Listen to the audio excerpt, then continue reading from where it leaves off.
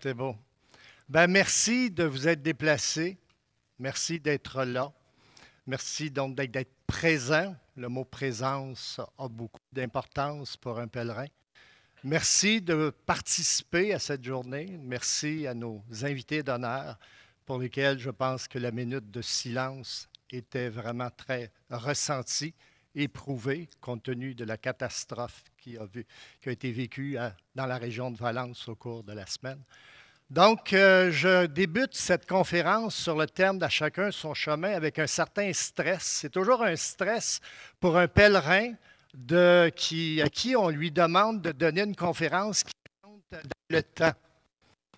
Donc, nous qui avons appris à vivre lentement et à ressentir profondément ce qui nous habite, de dire, on te demande de faire une conférence pour la prochaine heure, puis tu partages ce que tu as à dire. Mais les pèlerins ont beaucoup à dire et on va voir tantôt dans nos 3 témoignages ainsi que dans les ateliers de cet après-midi.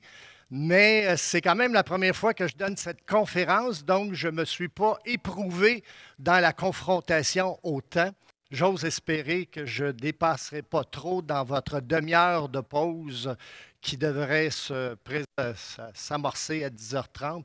Donc, la conférence porte le thème qui est à chacun son chemin ou à chacune son chemin. Et ça commence par cette belle carte. On y a fait allusion tantôt.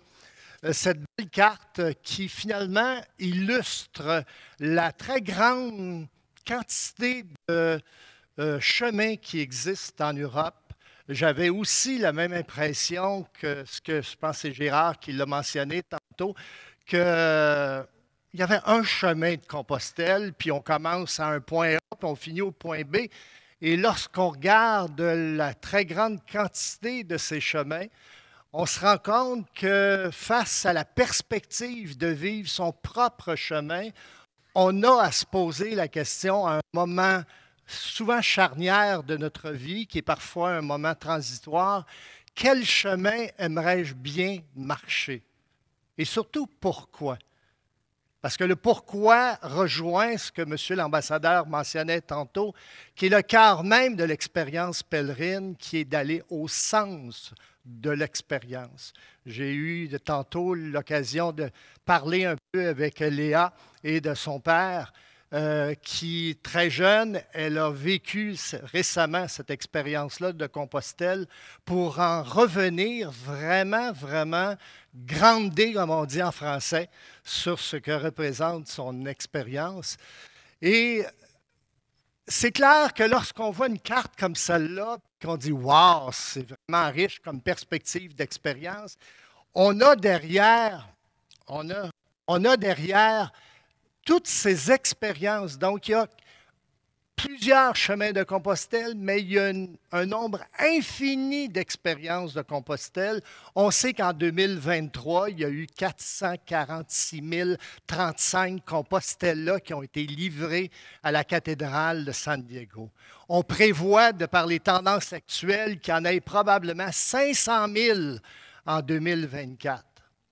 44 % de ces gens-là sont des Espagnols.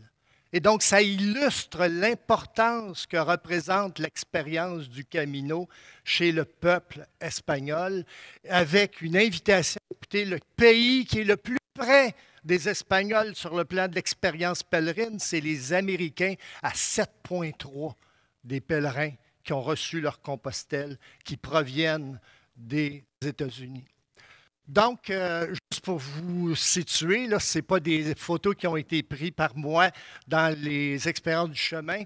J'ai glané sur le site web de l'association des photos de chacune des régions pour en produire la mosaïque.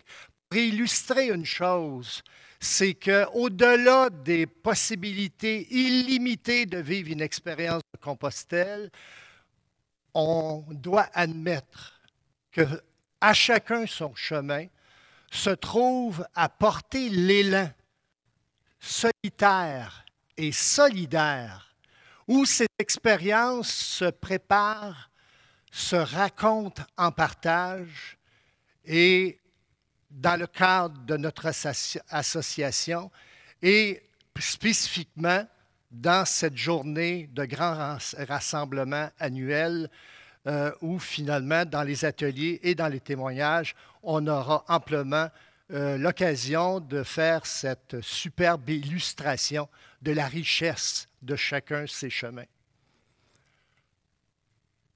Si on convient que l'expérience de Compostelle est très variable d'une personne à l'autre, elle est donc unique. Et dans la conférence de préparation psychologique à partir sur les chemins que je donne dans la région de Montréal, je présente toujours aux gens le fait qu'il y a 3 choses qui nous rassemblent. Le caractère singulier, unique de l'expérience, les 446 035 pèlerins qui ont reçu leur Compostelle-là, ils ont tous vécu une expérience différente. Puis les 300 000 quelques de l'année d'avant aussi. Donc, nous sommes voués présentement, dans le passé, dans le futur, à vivre une expérience, tout au moins à nous y inviter, à vivre une expérience qui vient nous chercher dans ce que nous sommes comme personnes. C'est aussi une expérience qui est intense. On ne peut pas vivre 6 heures, 8 heures de marche par jour pendant 2 semaines, 3 semaines, 6 semaines, 3 mois, sans revenir avec le sentiment profond qu'on a vécu vraiment une expérience intense. Et mémorable parce que le cerveau fonctionne d'une façon très particulière, c'est que tout ce qui est intense, que ce soit positif ou négatif, a tendance à être souvenu. Donc, vous êtes voués, pour ceux et celles qui l'ont vécu et pour celles qui projettent de le vivre, à vivre une expérience vraiment unique au monde, qui est d'aller à la rencontre de soi, à la rencontre de l'autre, à la rencontre de l'environnement. Et dites-vous qu'on s'en souvient, et vous le savez pour celles qui sont allées une fois ou plusieurs fois, que ça transforme souvent ce que nous sommes et ça devient le voyage d'une vie et tout ce qui s'ensuit par après. Excusez, je fais rien que me familiariser avec le pointeur pour peser sur le bon bouton. Donc, à chacun son chemin nous renvoie à ce que nous sommes d'unique. Donc, si nous avons tous des expériences singulières, sur quoi repose cette singularité? Elle repose bien sûr, dans un premier temps, sur notre histoire.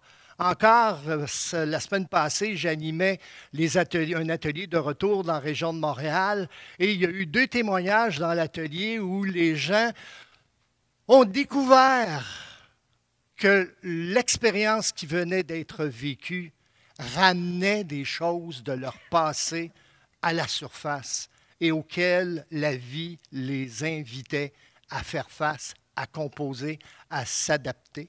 Donc, notre histoire signifie que lorsqu'on part, on part avec ce qu'on a. Okay? On a des bonnes chaussures qui ont été cassées, qui sont comme des pantoufles. On essaye avec un sac à dos qu'on espère le plus léger. Ça, c'est ce qu'on a avec nos vêtements. Mais on part également et surtout avec ce qu'on est à l'intérieur de soi comme personne. Et notre histoire fait partie de ce qu'on est dans l'instant présent, parce qu'on est tous des poupées russes. Notre histoire n'est pas que souvenir, ça nous habite, on le ressent. Et quand la vie actuelle, présente, nous confronte à des réalités, on se rend compte qu'on est des poupées russes, parce que ça tire des ficelles sur des expériences dont le chemin, la présence à soi, nous rappelle. On n'a parfois jamais été aussi présent à soi-même que sur un chemin de Compostelle. Donc, notre histoire, nos forces également. Qu'est-ce qui me donne la prétention ou la conviction ou l'impression que je suis capable de marcher? Moi, quand j'ai marché mon premier chemin, j'étais vraiment pas convaincu, en prenant le Del Norte Primitivo, que je me rendrais à San Diego. J'ai eu la conviction que j'allais me rendre à San Diego à peu près 200 kilomètres avant d'arriver.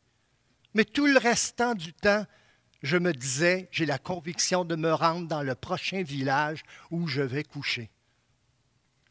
C'est aussi nos forces, nos vulnérabilités, parce que ces vulnérabilités, donc nos forces, normalement, ils devraient nous servir à faire en sorte que cette expérience soit vraiment très positive, mais on part aussi avec nos vulnérabilités qu'on va devoir composer, soit seul ou en soutien. Parce que quand je disais tantôt que c'est une expérience solitaire et solidaire, nous avons les deux réalités dans cette expérience de Compostelle. Et nos motivations. Bien sûr, pourquoi je pars sur le chemin? On s'attarde souvent trop au comment et pas assez au pourquoi, parce que le pourquoi va à l'essence même de notre intérêt à dire, à un moment précis de ma vie, j'ai le goût de vivre une expérience comme celle-là, avec ce que je suis, avec ce que je porte, avec mes forces, avec mes faiblesses. Et également, ce qui nous habite, c'est aussi nos ambitions. Nos motivations, là, c'est ce qui nous fait bouger à court terme. Nos ambitions, c'est comment je conçois la vie. À quoi j'aspire, tant pour les miens, pour moi, que pour les êtres que j'aime. Et surtout dans un contexte actuel de grande incertitude auquel nous avons à composer, la seule chose de permanent, c'est le changement. Mais ça, on le sait depuis longtemps. Ce qu'on sait de plus en plus crûment, c'est qu'on vit dans un contexte d'incertitude. Et que ce contexte d'incertitude-là, des fois, ébranle les châteaux de notre conception de l'univers, les valeurs auxquelles on se rattache et qui nous permettent de se lever le matin puis de savoir où on a le goût d'aller sur le plan de la conduite de sa vie puis du sens qu'on a le goût d'y donner pour partager avec autrui. On m'a demandé, quand j'ai rencontré le comité organisateur, on m'a dit, Guy, ça serait bien si tu orientais ta conférence à chacun son chemin en mettant l'emphase sur le respect. Et donc, je vais vous présenter quelques diapositives. J'appelle ça des diapositives. Tout le monde convient que ça n'en est pas, là. Mais, donc, les prochaines images. Donc, sur chemin propre à chacun, le respect est vraiment un enjeu majeur. Et c'est d'autant plus un enjeu majeur que plus on est nombreux à vivre l'expérience, plus on est confronté à la différence. Il y a plus de monde différent et on est d'autant plus confronté à devoir accueillir cette différence-là. Pourquoi? Pour pouvoir la comprendre et pour pouvoir être capable de s'y adapter. Donc, quand on cherche l'importance d'un mot, c'est important d'aller à l'étymologie, donc à l'historique, à l'origine de ces mots-là.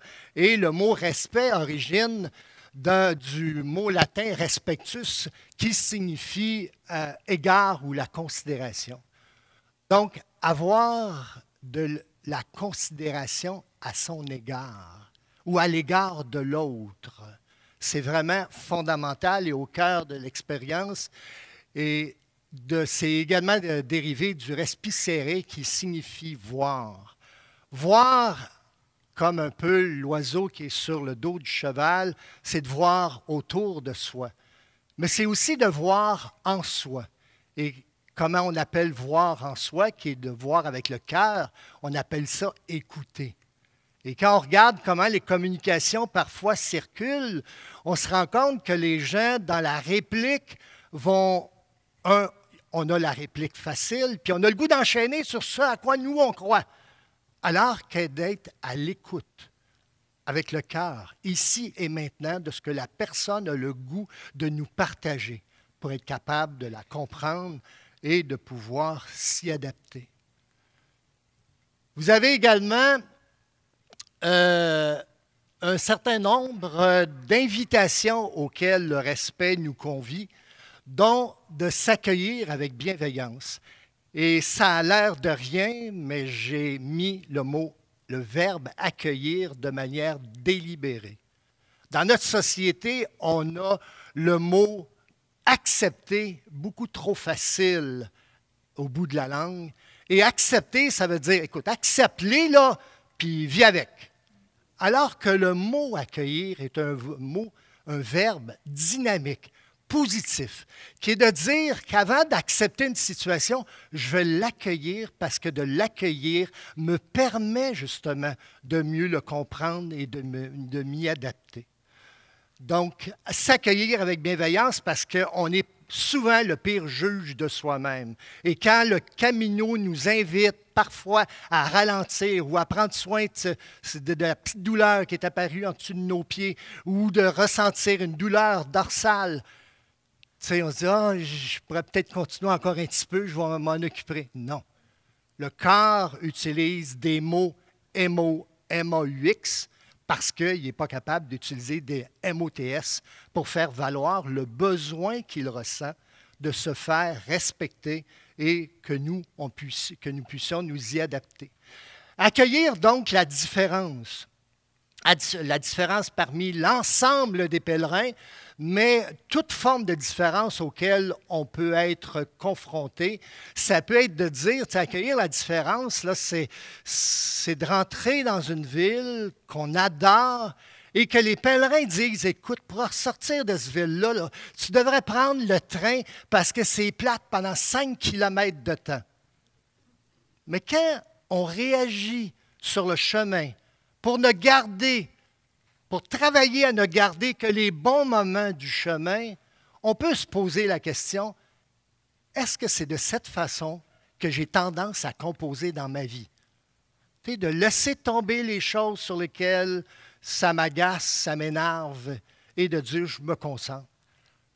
Souvent, et on l'a mentionné tantôt, le pèlerinage des chemins de Compostelle, c'est souvent une vie, une leçon de vie.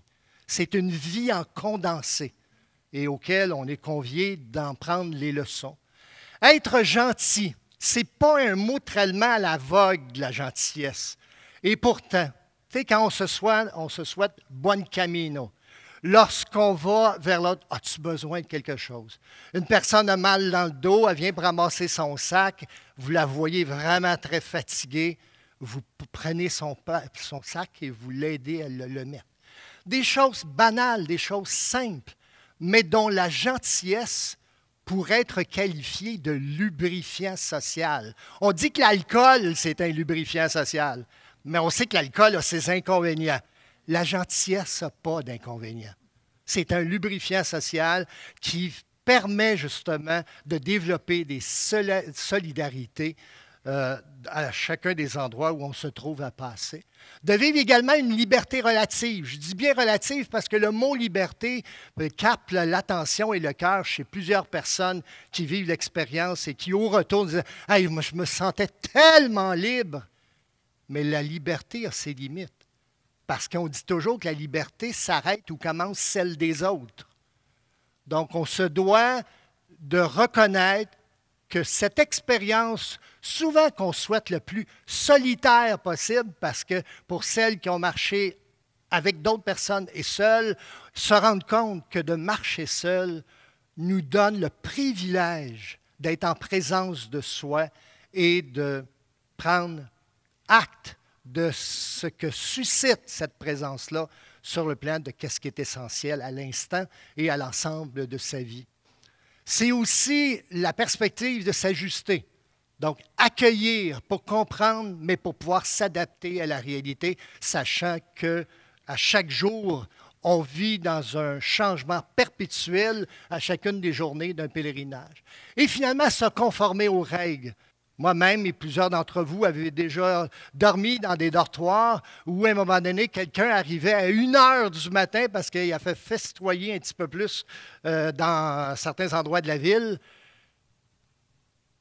Les règles, c'est comme les nouvelles procédures, parfois dans certaines auberges, au niveau de la prévention des puces de lit.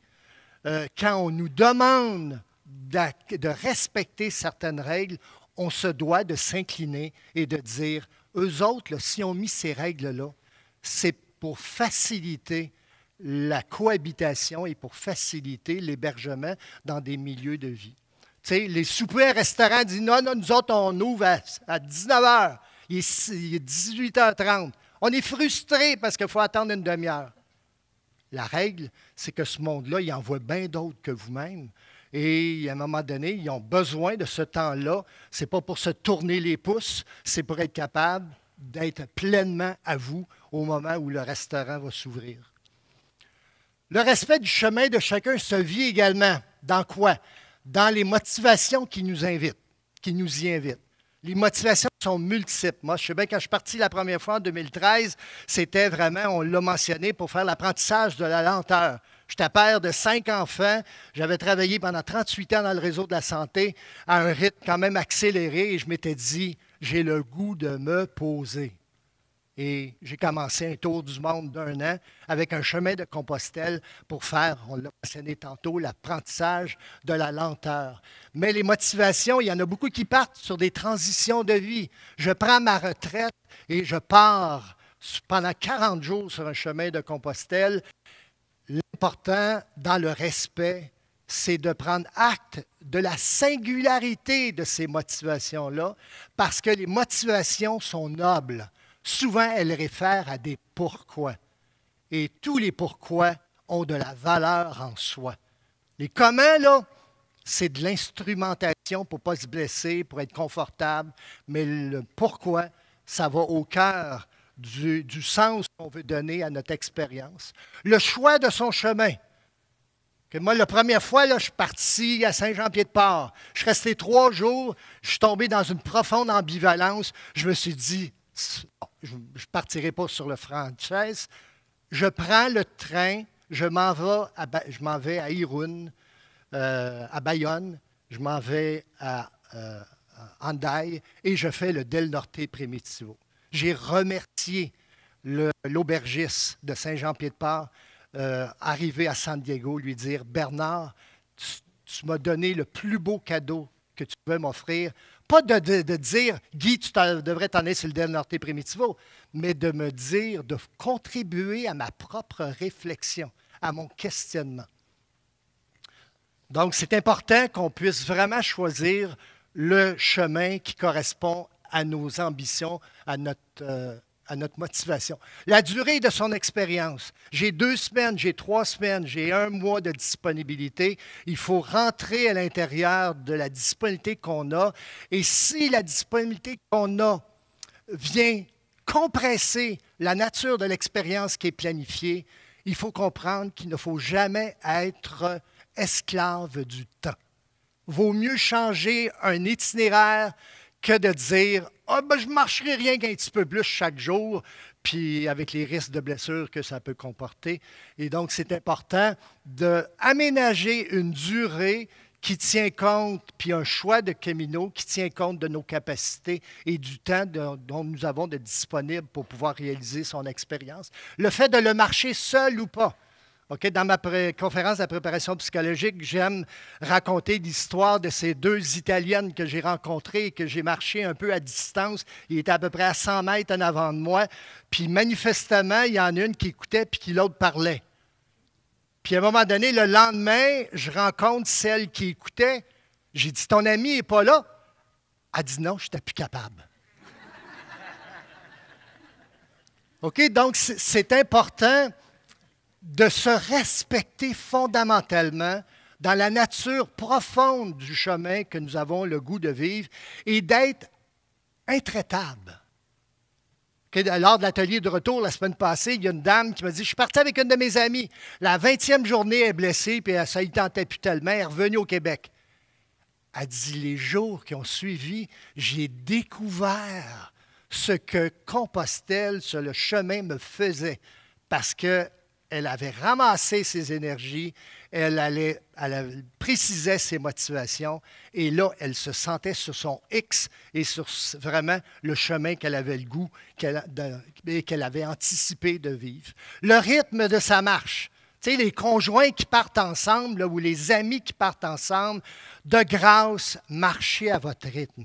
Même si ça ne serait que de dire, OK, on se rejoint à telle place, mais de marcher côte à côte, même si on a le même rythme, on n'a pas la même présence. Lorsqu'on marche côte à côte, on est très présent à l'autre, on se parle. Ça peut être hyper intéressant.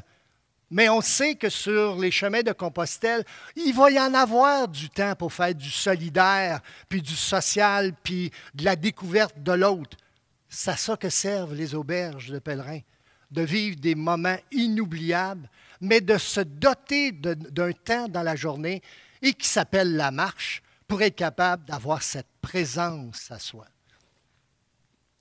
Le fait d'avoir recours ou pas à un moyen de transport, l'histoire évolue, on se rend compte au fil des années qu'on constate qu'il y a des gens qui, pour sortir d'une ville, dans un contexte de mauvaise température, disent « OK, ce tronçon-là, je vais le faire entrer en autobus ».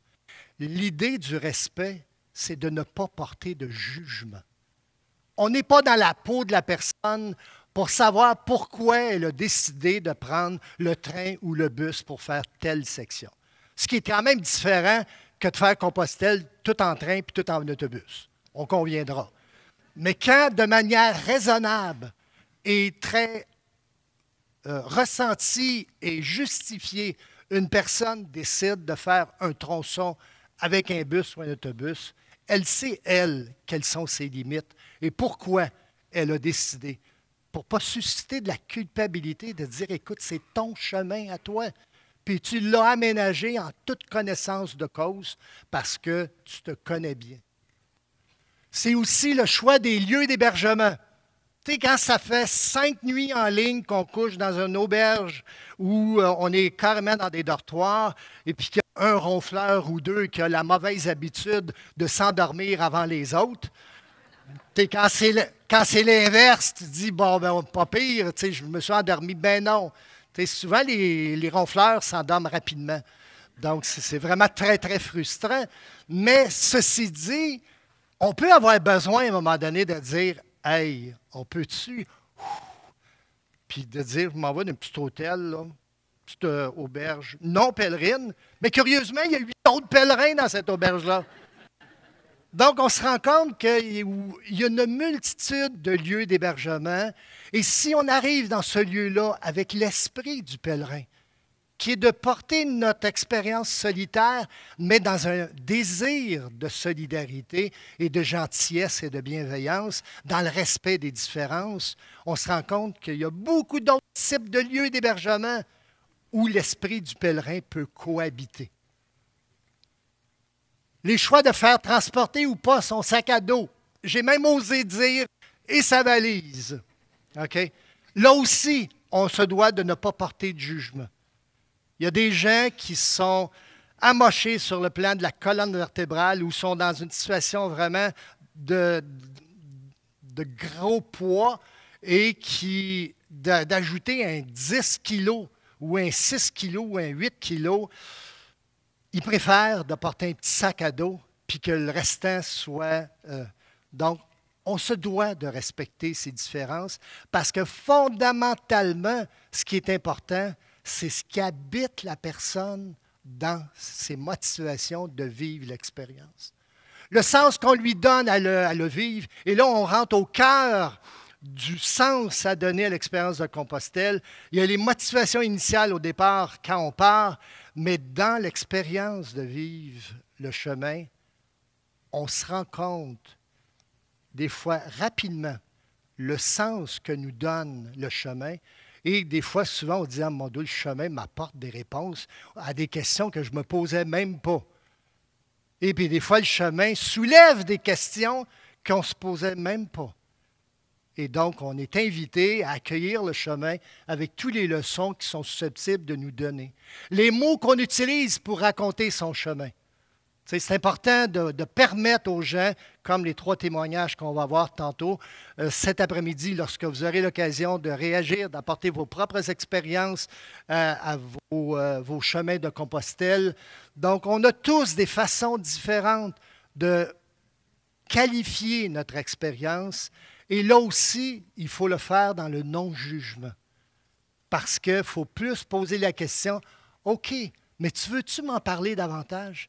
Tu veux-tu me préciser ce que tu veux me dire? Plutôt qu'à dire, ah, mon dos, c'est comme ça qu'elle vient de percevoir, et là, tu es tout de suite dans le jugement. Ce qui demeure en soi, après en avoir vécu l'expérience, les ateliers de retour qu'on fait à Montréal portent la question fondamentale en préparation à la participation aux ateliers, qui est de dire, c'est quoi l'essentiel de ce que tu as vécu dans ton expérience du chemin? Et qu'as-tu l'intention de faire pour garder vivant ces gains inestimables que tu as vécus dans ton expérience? L'autre question, c'est quel moyen tu prends pour être capable de t'adapter au choc du retour, surtout si vous êtes revenu un vendredi soir, puis vous recommencez à travailler le lundi matin, ce qui est à déconseiller habituellement. Donc, mon cher Denis, je ne sais pas où tu es, je sens que tu dois être dans ce parallèle-là, justement. Denis, dans un reportage de Radio-Canada qui avait été télédiffusé très spontanément en marchant sur le Mont-Royal, avait sorti cette phrase simple et lumineuse, « La marche est une démarche et le chemin est un cheminement ». Il nous partageait le fait qu'au-delà de la représentation horizontale, linéaire des chemins de Compostelle, il y avait une expérience verticale qui est de s'habiter, de s'ouvrir à la verticalité, à l'intériorité d'autrui et de pouvoir échanger de manière très riche nos expériences respectives pour être capable de nourrir mutuellement nos processus. J'aime référer à, ce n'est pas une définition, c'est les éléments que je constate, que j'observe chez les gens qui témoignent de leur expérience du chemin, parce qu'on sait qu'il n'y a pas de définition universelle de la marche pèlerine, mais je vous mets les ingrédients qui semblent résonner dans l'expérience des gens qui vivent. Donc, d'aller lentement à la rencontre de soi et de plus grand que soi, quel qu'il soit. Donc, je pourrais rajouter d'aller lentement à la rencontre de soi et de l'autre, et de plus grand que soi, quel qu'il soit, en suscitant les trois valeurs de l'organisation, de l'association, l'ouverture, la simplicité, la générosité, et j'ajouterais la gratitude. Pourquoi? J'avais tendance à vouloir vous le nommer plus tard dans la conférence, je vous le donne maintenant. Pourquoi d'ajouter la gratitude? Parce qu'on se rend compte que la marche est un excellent moyen de ralentir. Ralentir est une bonne voie pour s'arrêter. S'arrêter est un lieu privilégié pour s'émerveiller. S'émerveiller génère de la joie. Une succession de joie nous comble de gratitude. Et notre gratitude nous donne le goût d'être généreux en redonnant au suivant. C'est la trame fondamentale de la place qu'occupent les valeurs d'une association comme la nôtre et qui va au cœur même de l'expérience auquel nous sommes conviés, de dire quelles sont les résonances de ces valeurs-là quand j'accomplis l'expérience et à mon retour de cette expérience. Donc, et en donnant du sens à son expérience, à vivre l'essentiel de son humanisme à l'instant présent. Compostelle ne nous transforme pas nécessairement. Elle peut nous transformer. Et c'est parfois même pas durant l'expérience.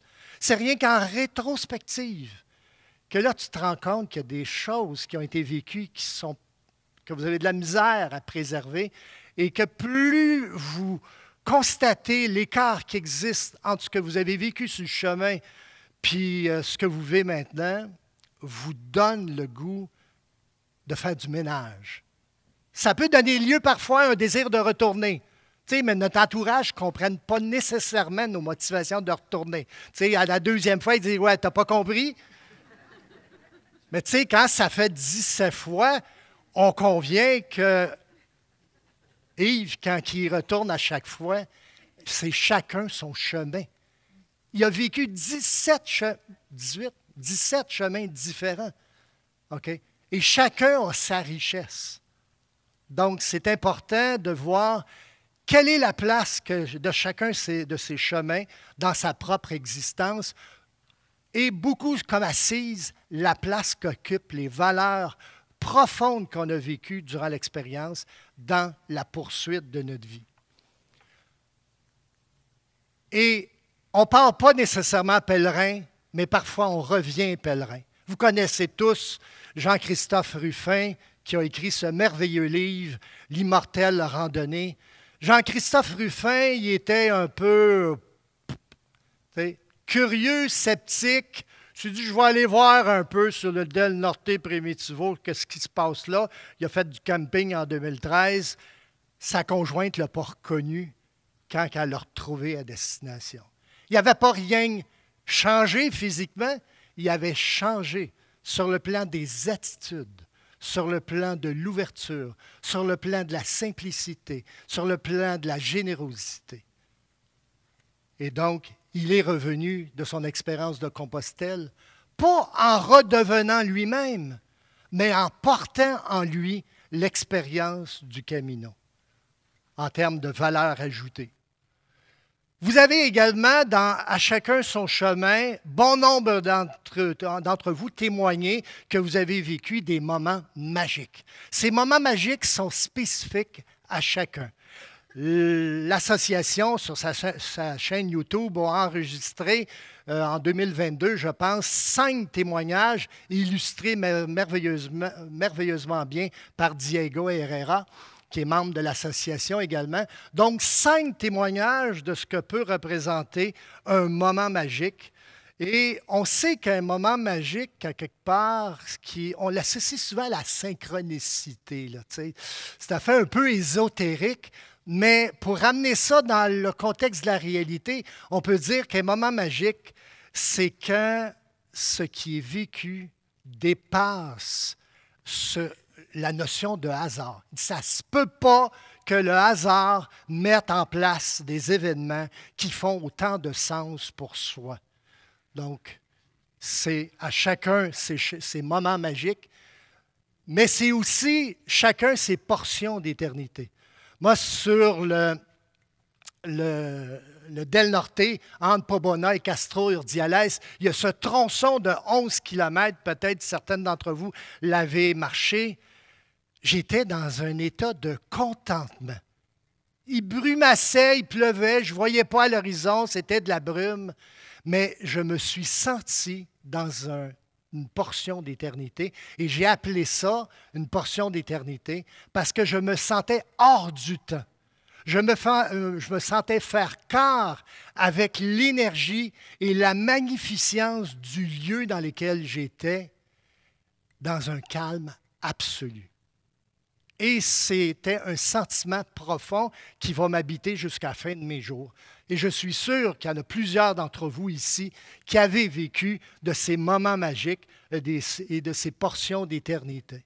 Je vais vous citer, je vais vous montrer en rafale des expériences à chacun son chemin. Et Gérard, je pense qu'il en a fait mention au tout début, des gens qui décident de vivre leur chemin bien différemment, que ce soit seul en solo, en vélo, ou en famille également avec un triporteur. À dos d'âne, Gérard l'a mentionné, que ce soit seul ou avec d'autres. Ou Yves, finalement, se trouve à nous illustrer que la leçon de vie en condensé que nous offre le chemin est inépuisable sur la nature de l'expérience à vivre. Et si on retourne, ce n'est pas parce qu'on n'a pas compris, c'est parce qu'on est curieux, c'est parce qu'on a le goût de découvrir, on a le goût d'aller à la rencontre de nouvelles personnes, de nouveaux lieux, et de préserver cet esprit-là et même de la propager. Parce que dans les lieux d'hébergement ou sur les chemins, momentanément ou de manière plus continue, il y a possibilité finalement, et c'est pour dire qu'un pèlerin peut, au-delà du port de son sac, illustrer une humanité profonde en compagnie de cet ami de l'homme. Et d'ailleurs, j'aurais des anecdotes à vous raconter concernant la présence des chiens qui, des fois, nous énervent beaucoup sur le plan de l'appréhension. et que parfois les chiens se transforment en bienveillance en nous accompagnant à des moments très précis de notre expérience du chemin. Donc, à chacun son chemin, c'est aussi Gérard, qui est un aveugle, qui a décidé de faire le chemin. Vous avez à Montréal l'Association sportive des aveugles du Montréal métropolitain pour lequel il y a des membres de l'association qui sont bénévoles. Et qui sait, peut-être qu'il y aura des futurs marcheurs sur les chemins de Compostelle dans le groupe. Vous avez également Hervé qui, 33 ans après avoir vécu un accident vraiment majeur sur le plan des séquelles, a vécu un long processus de réadaptation pour en venir à se transformer en Terry Fox là, de Compostelle et de partir sur une marche d'à peu près 1400 km en 2021. Donc, ça illustre ces témoignages-là. Il y en a d'autres également. Joanne, tu la connais, je pense, comme personne profondément inspirante. Je le lis. Une première expérience sur le chemin comme personne à mobilité réduite l'avait profondément marquée. Depuis, elle y revenait chaque année. Son combat, c'était de permettre à d'autres personnes comme elle de vivre la même aventure. C'est ainsi qu'est né le projet à chacun son Compostelle. Elle était atteinte d'une maladie dégénérative, la myopathie, qui l'emmenait tout son système musculaire à vraiment lâcher. Et elle a combattu jusqu'à la fin. Elle est morte de la COVID, mais avec un état vraiment délétère quasiment sur le plan de la santé physique.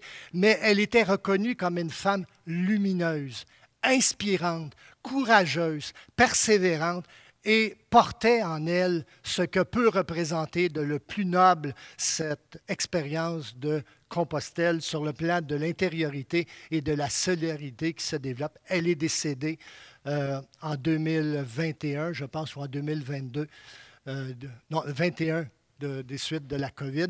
Il y a ce site-là qui a été mis dans son association. On y a fait référence tantôt également, les Joëlettes, qui, avec des personnes encore plus hypothéquées sur le plan de l'autonomie, de par l'élan solidaire, en viennent à être capables de vivre leur rêve de marcher sur les chemins de Compostelle. C'est bien sûr, elle ne marche pas, cette personne-là, elle roule. Mais que faisaient les rois à l'époque? Ils ne marchaient pas, ils se faisaient porter. OK? Donc, à chacun son chemin, ce qui importe, c'est la motivation que cette personne-là a de, en toute humilité, accueillir ceux qui veulent être solidaires à vivre son rêve, son projet, et eux, en toute forme d'altruisme, de consacrer de l'énergie et du temps pour permettre à l'autre de pouvoir se réaliser.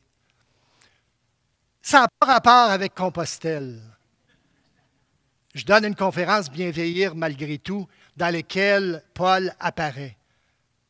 Paul est un ingénieur de carrière qui, à sa retraite, s'est retrouvé dans un état de santé qui était l'équivalent de nos clientèles des CHSLD.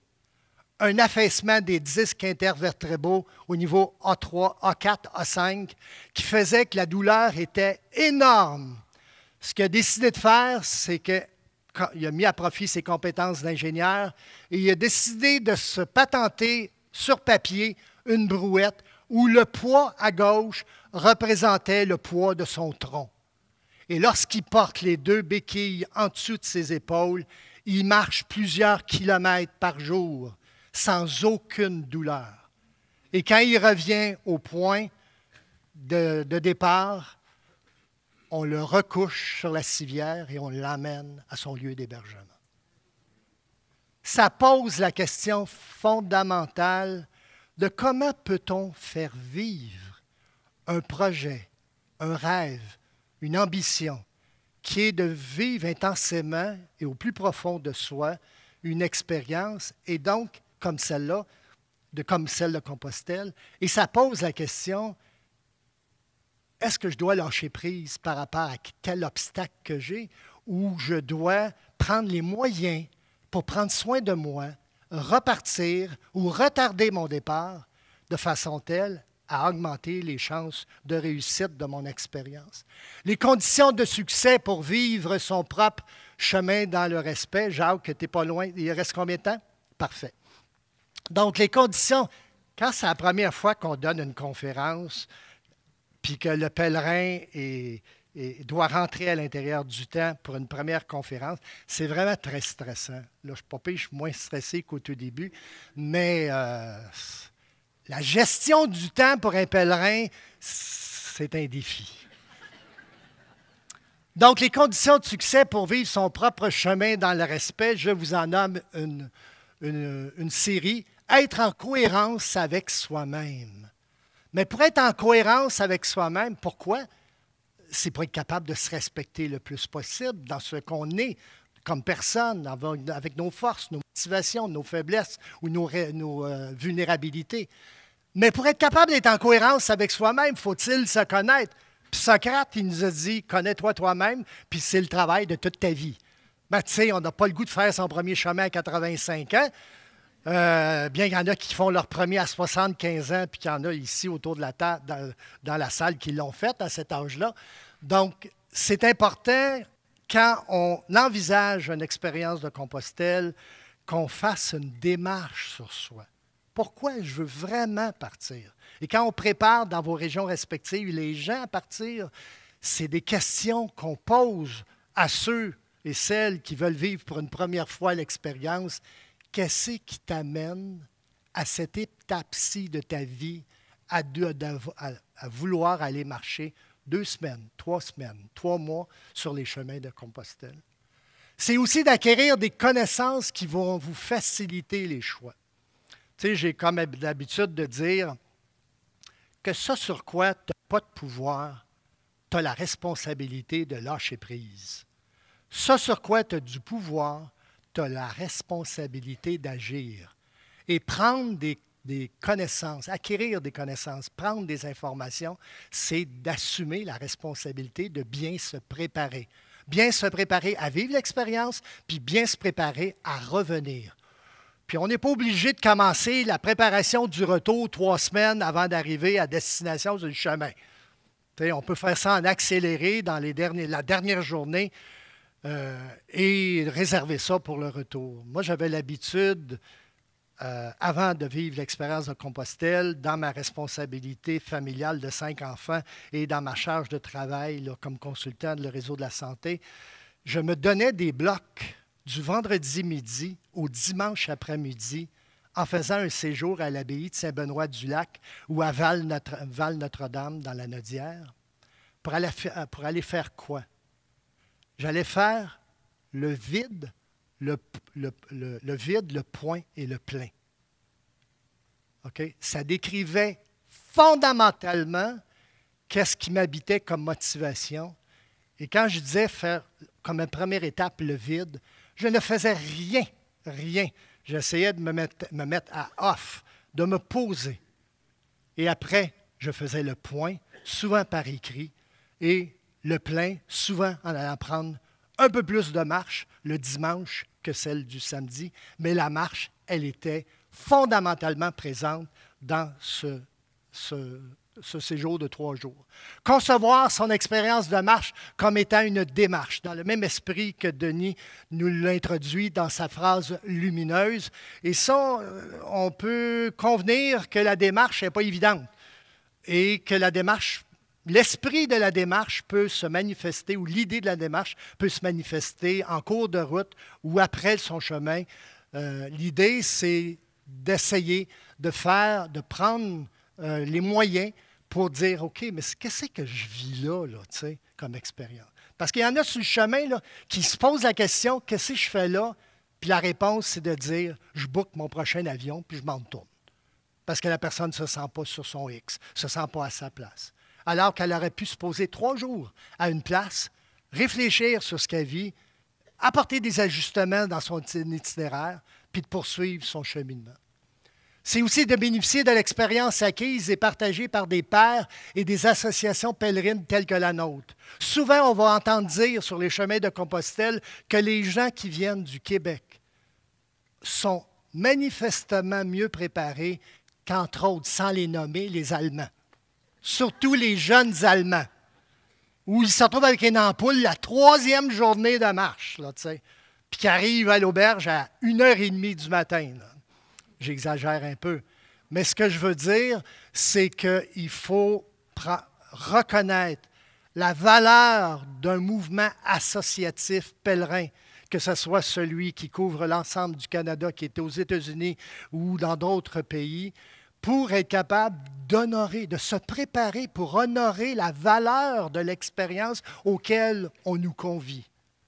Et on sait qu'en Espagne, ils sont rendus maîtres sur le plan justement de concevoir cette expérience-là. Ce n'est pas rien une question de volume, c'est une question, quand on invite les jeunes à l'école, de mettre dans leur curriculum « j'ai marché les 100 ou les 150 derniers kilomètres », ça illustre l'importance qu'on accorde à se frotter un peu, à s'introduire à l'expérience de Compostelle, se donner les moyens pour être bien préparé, bien vivre son expérience et bien en revenir. Moi, comme mon désir de gratitude, en fait, mon sentiment profond de gratitude avec la perspective de redonner aux suivants dans l'association, a été beaucoup drainé par le fait de dire l'association accompagne avant, pendant et après. Et que faisons-nous ou que pouvons-nous faire de mieux encore pour répondre aux besoins des gens qui vivent l'expérience d'un retour? Parce que ce retour-là comporte ses exigences, ses contraintes, ses défis et les adaptations qui devraient s'en suivre. Concevoir qu'il y en ait de même pour tous les autres pèlerins. Donc, c'est une réflexion sur soi, mais de reconnaître, d'accepter, parce que là, je parle vraiment d'acceptation et non d'accueillir, c'est de respecter que tout autre pèlerin qui a vu l'expérience se retrouve dans cette même réalité-là, en termes de conditions pour être capable de vivre son propre chemin. Donc, c'est un message à lancer. Ce n'est pas du sarcasme, ce n'est pas un jugement critique sur les volumes de clientèle qui arrivent à San Diego ou sur le sommet du Kilimandjaro ou du mont Everest. C'est de dire, peut-on cesser de mettre comme piédestal, comme succès de son expérience, le fait d'arriver à la cathédrale ou ailleurs, mais au point, à l'endroit où j'avais planifié d'arriver. Parce que ce qui est fondamental, c'est d'être où vous êtes, dans des portions d'éternité, dans des moments magiques, et de reconnaître que l'expérience de marche, et donc de démarche et de cheminement que vous faites, se nourrit de l'instant présent dans lequel vous êtes. Donc, je termine par 2 petites citations de Saint-Exupéry pour après redonner la parole à Jacques. Donc, le véritable voyage, c'est de parvenir à un point exceptionnel où la saveur de l'instant baigne tous les contours de la vie intérieure. Et donc, Saint-Exupéry, moi, j'ai douté un peu que ça soit dans Le Petit Prince. Il me semble que je n'ai pas lu ça. Là. Ça fait longtemps que j'ai lu Le Petit Prince. Mais à coup sûr, c'est Saint-Exupéry qui le dit. Et c'est ce que ça illustre, c'est ce à quoi nous sommes conviés fondamentalement, qui est de transformer une expérience d'horizontalité, qui est de traverser l'Atlantique et d'aller marcher sur les chemins qui nous conviennent, pour cette verticalité, cette intériorisation de l'expérience, sachant qu'on revient toujours d'une expérience horizontale. Hein, on achète habituellement un billet aller-retour. Ce que je n'ai pas fait, moi, en 2013, parce que sur un tour du monde pendant un an de temps, je prenais toujours des billets aller. Donc, je suis revenu avec un billet aller. OK? Alors qu'on ne revient jamais d'une expérience verticale. Ça nous habite. Et on a le goût de l'alimenter en allant marcher d'autres chemins ou en faisant en sorte que la poursuite de sa vie se nourrisse des acquis de notre expérience. Et bien sûr, la fameuse citation que tout le monde connaît, c'est le temps que tu as perdu pour ta rose qui rend ta rose importante. Et en psychologie, on dit toujours que la réalité, elle est telle qu'on la conçoit. Ça veut dire qu'on a chacun notre représentation de notre propre rose.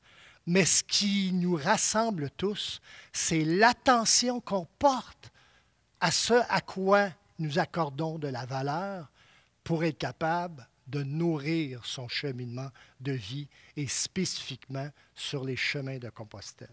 C'est ce que j'avais le goût de vous partager.